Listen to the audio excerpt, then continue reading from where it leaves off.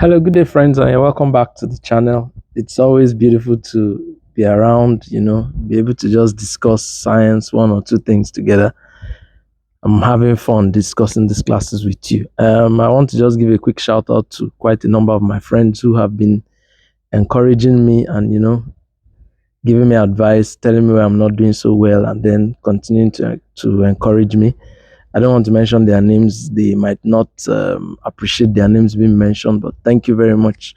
I see all your corrections and I take all your messages and I appreciate it. I hope I'll get better with time. Now, today we're just going to talk about nutrition. What's nutrition? Every organism must find a way to feed, find a way to maintain life.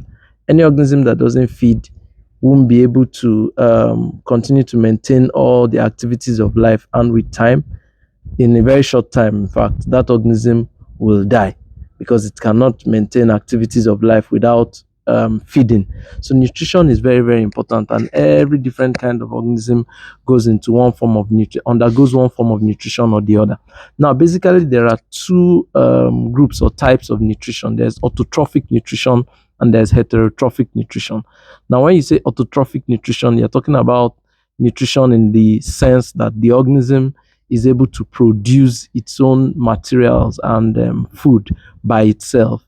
It goes through a number of processes like photosynthesis and many other processes to produce materials. Now, not only does it produce these materials, it stores these materials. It has things we can refer to as energy stores. So it stores these materials in the form of starch and many other forms.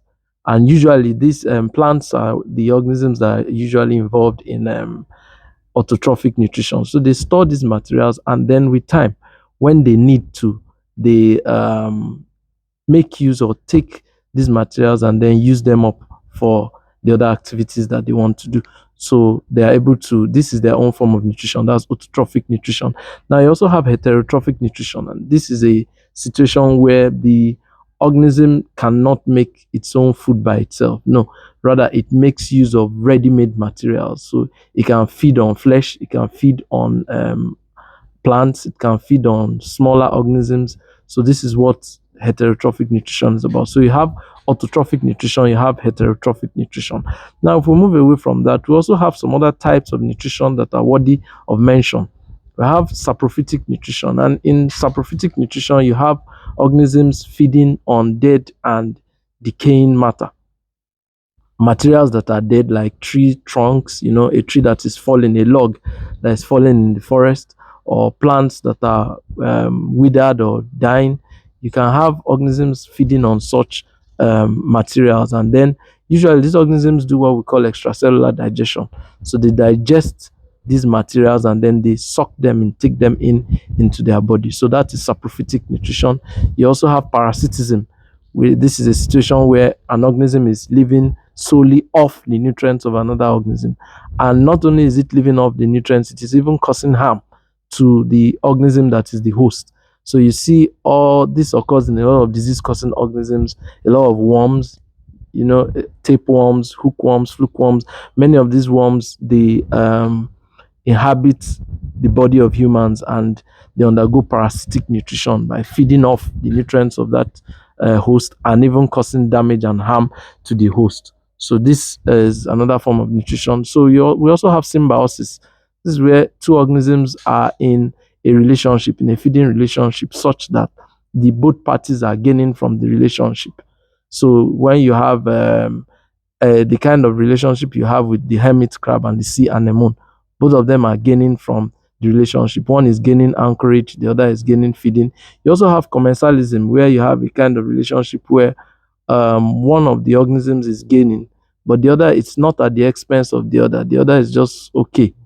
It's what the other organism is gaining from are the waste of the host, or let me put it, sort of call it the host organism. So this is commensalism. Now, all of this is important. Now, in heterotrophic nutrition, you also have what we call the carnivores, the herbivores, and the omnivores. When you talk about the carnivores, you're talking about carnivores, sorry, you're talking about the organisms that, then the animals that feed on flesh-eating animals. So our lions, our dogs, our cats, our tigers, these are all carnivorous animals, and they feed on flesh. Now you also have the herbivores, and the herbivores feed on plant materials. So anything that's a plant material, the herbivores are able to feed on them, like our goats, our sheep, cattle, donkeys. These are all herbivores. And then the last are the omnivores.